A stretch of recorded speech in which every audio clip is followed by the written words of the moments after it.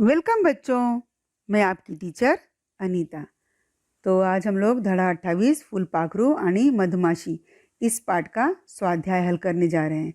तो मैंने जो हो सका है जिसके प्रश्न के उत्तर यहाँ आ सकते हैं यहाँ लिख दिया, नहीं तो मैं पेपर में लिख के लाई हूँ। आपको अभी एक्सप्लेन करने जा रही हूँ। प्रश्न 1, कौन ते लिहा। कौन, ये लिखो आप। प्रश्न पढ़ने के बाद आपको समझ में आएगा ये कौन कर रहा है, वो आपको लिखना है सामने। बागेत स्वच्छंदपणे फिरणारे।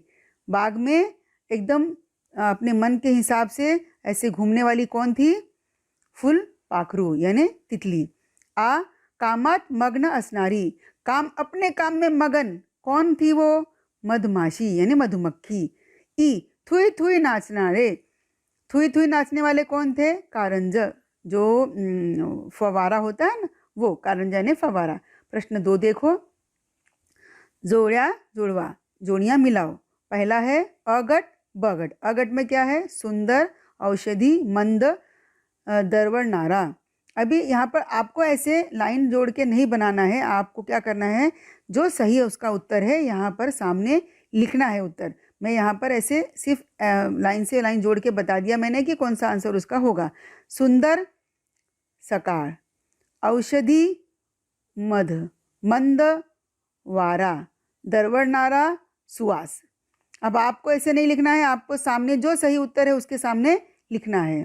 प्रश्न 3 देखो, तुम्हाला काय काय पाहिल्यानंतर आनंद होतो। अब आपको क्या क्या चीज़ें देखकर आनंद होता है? तो हर बच्चे का खुशी अलग अलग चीज़ों में होती है। कोई चॉकलेट देख लेगा तो खुश हो जाएगा, कोई पिक्चर देख लेगा, फिल्म देख लेगा तो खुश हो जाएगा, कोई खेल खेलता है तो खुश हो जाता है, कोई चित्र बना के खुश हो जाता है। तो यह आपको स्वयं लिखना है। फिर भी मैंने आपके लिए यहाँ पर लिख दिया, आपको दिखाती हूँ।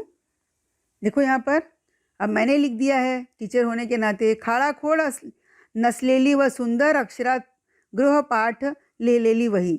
जिसमें खाड़ाखोड़ यानी यहाँ वहाँ पर काटाकुटी ना हुआ हो, सुंदर अक्षरों में लिखी हो, गृहपाठ यानी गृह कार्य लिखे हो, ऐसी पुस्तक देखकर मुझे अच्छा लगता है। बागे सुंदर फुले, बाग में सुंदर फूल लगे हों वो देखकर मुझे अच्छा लगता है। सुट्टीमध्ये पाहिलेल्या आवडत्या अभिनेत्याचा चित्रपट, मेरे अपने पसंदीदा, आवडत्या ने पसंदीदा अभिनेता का चित्रपट मतलब होता है फिल्म, फिल्म देखकर मुझे अच्छा लगता है। और भी आप लिख सकते हो, कोई लोग होते हैं जिन्हें प्राणी पक्षियों को देखकर बड़ा खुशी होती है।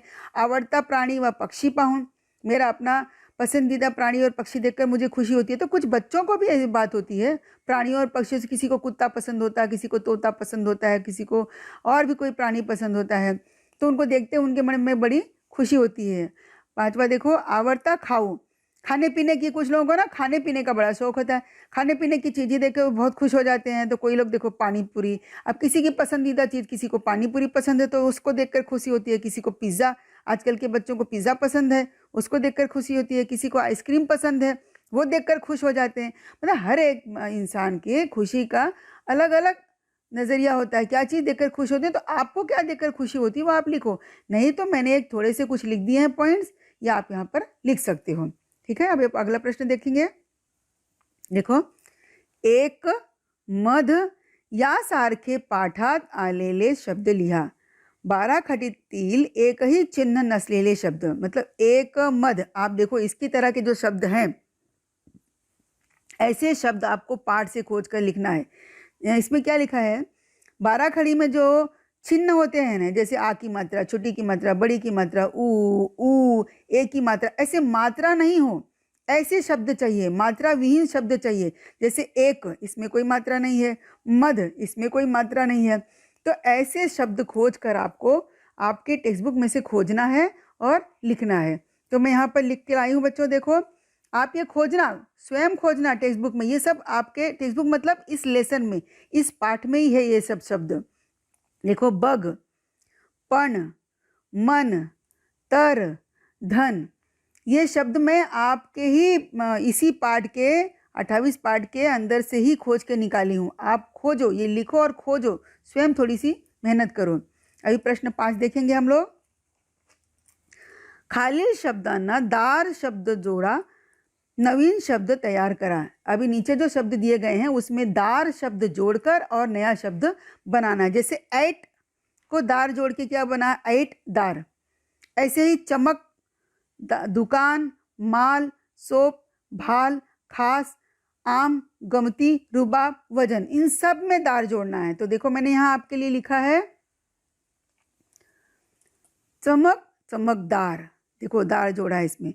दुकान, दुकानदार, माल, मालदार, चोप, चोपदार, भाल, भालदार, खास, खासदार, आम, आमदार, गमती, गमतीदार, रुबाब, रुबाबदार, वजन, वजनदार। देखो ये आपके ना एग्जाम में बहुत इजी है, कुछ नहीं करना है, सिर्फ आपको दार उसमें जोड़ देना और ये परीक्षा में 100% आता ही है। अच्छी तरह से इसको प्रैक्टिस कर लेना आप, ठीक है। अभी नेक्स्ट क्वेश्चन करेंगे। प्रश्न 6 बघा, खालील शब्दांना पणा शब्द जोडून नवीन शब्द बनले आहेत, वाचा, शब्द वापरून वाक्य लिया। अभी जो नीचे शब्द दिए गए हैं इसमें पणा शब्द, जैसे यहाँ पर दार जोड़ा गया था ना, वैसे यहाँ पर सब में क्या जोड़ा गया है, पणा शब्द। तो आपको क्या करना है, इसको पढ़ना है और फिर सुंदर अक्षरों में अपने नोटबुक में लिखना है। पढ़ देती हूँ मैं आपके लिए। चांगुलपणा, मोठेपणा, लहानपणा, वेगळेपणा, मोकळेपणा, सोपेपणा, कठिनपणा, देखो सब में पणा जोड़ा गया है। आप पढ़ो और इसको अपने नोटबुक में लिख लो। अभी नीचे आपको एक उपक्रम दिया गया है, उपक्रम मतलब एक्टिविटी, ठीक है। क्या है, फुलपाखरांविषयीच्या कविता मिळवा, वर्गात म्हणून दाखवा। फूलपाखरू मतलब तितली के बारे में कहीं से आपको कविता मिलती है, किसी भी कक्षा से आप ये कविता उठाओ, पढ़ो उसको और फिर अपने नोटबुक में लिखो। और जरूरी नहीं कि किसी कक्षा का ही हो, बाहर का भी आप कहीं न्यूज़पेपर में किसी और बुक में देखते हैं तो आप लिख सकते हो। यह आपका कार्य है, एक्टिविटी है। फुलपाखरांची चित्रे मिळवा, वही चिटकवा।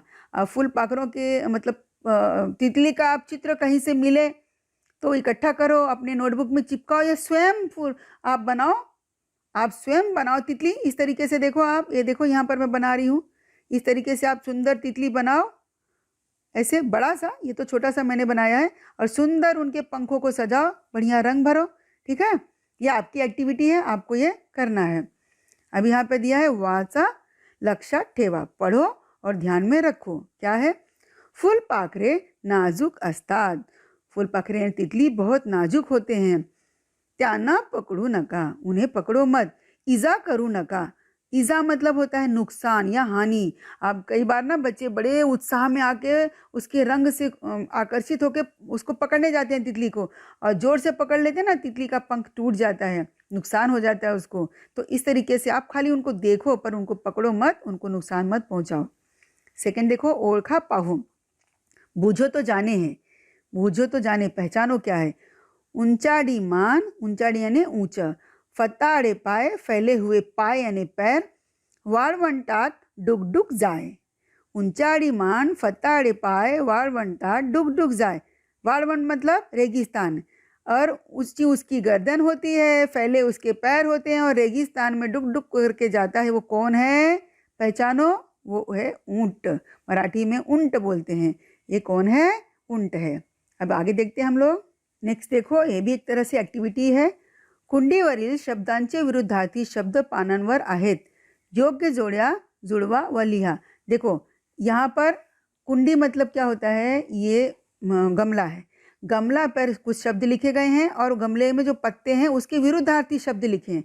तो आपको गमले से एक शब्द लेना है और उसका विरुद्धार्थी शब्द पत्ते में से खोजना है और यहाँ पर लिखना है। तो देखो अभी पहला मैंने लिया एक, यहाँ पहले पत्ते से शुरुआत करते हैं।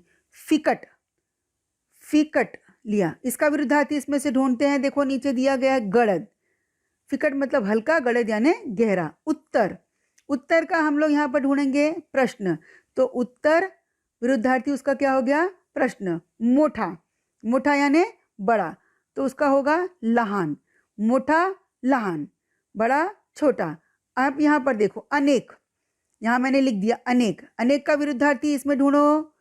यहाँ पर देखो एक, अनेक का एक हो गया।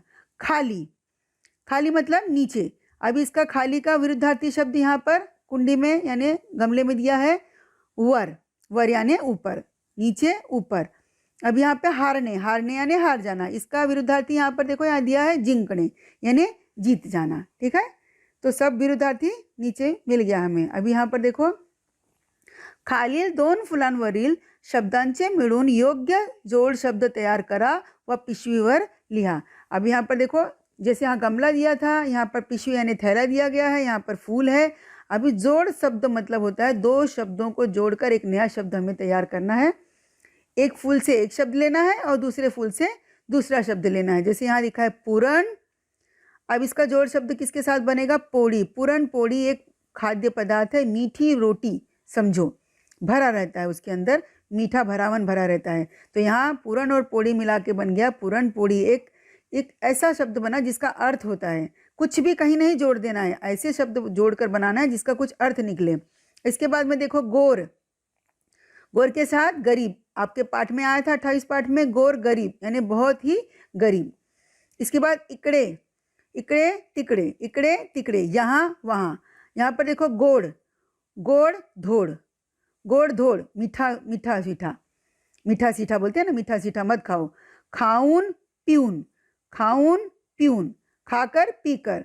फिर यहाँ पर देखो काम धाम, काम धाम, ये जोड़ शब्द है। हम ऐसा बोलते हैं अरे क्या काम धाम कर रहे हो, तो क्या वो उसके साथ में धाम नहीं जाते हैं? बस वो एक जोड़ शब्द है, एक संयुक्त शब्द है, उसका अर्थ एक साथ में ही उनको बोला जाता है। ठीक है, तो ये भी आपके लिए मैंने कर दिया यहाँ पे सॉल्व। आपको अपनी नोटबुक में ये ऐसे चित्र बनाने हैं और फिर ऐसे वहाँ पर उसके बगल में लिखना है। इसके बाद ये नीचे देखो, खालील दिलेले पाठ क्रमांक 1 ते 15 मधील नवीन शब्द व त्यांचे अर्थ वाचा।